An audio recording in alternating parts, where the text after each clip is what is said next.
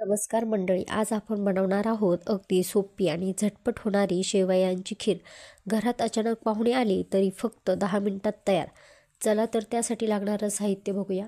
अर्धा लिटर दूध, साखर, शेवई, तूप, बदाम आणि वेलची बारीक करून घेतलेली।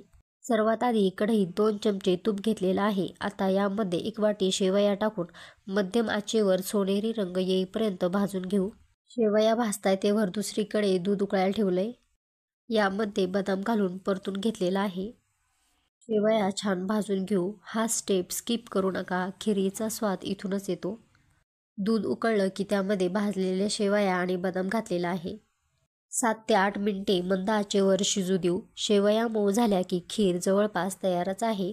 मध्ये मध्ये एकदा हलवत राहा जेणेकरून शेवया तळाला लागू नये।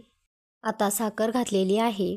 साखर नेहमी शेवया शिजल्यावरच घाला, आधी घातली तर शेवया नीट मऊ होत नाही। वेलची पावडर घातलेली आहे। मिक्स करूया। खीर अजून टेस्टी हवी असेल तर थोडं केशर गरम दुधात भिजवून घाला। सगळं एकत्र घातल्यानंतर खीर अजून 2 मिनिटं गॅसवर ठेवा। हे बघा किती छान टेक्स्चर आलं आहे। आपली गरम गरम शेवयाची खीर तयार। नक्की करून बघा आणि रेसिपी आवडली तर लाईक करा, शेअर करा आणि सबस्क्राईब करायला विसरू नका।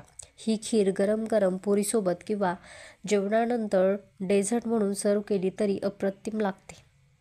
धन्यवाद।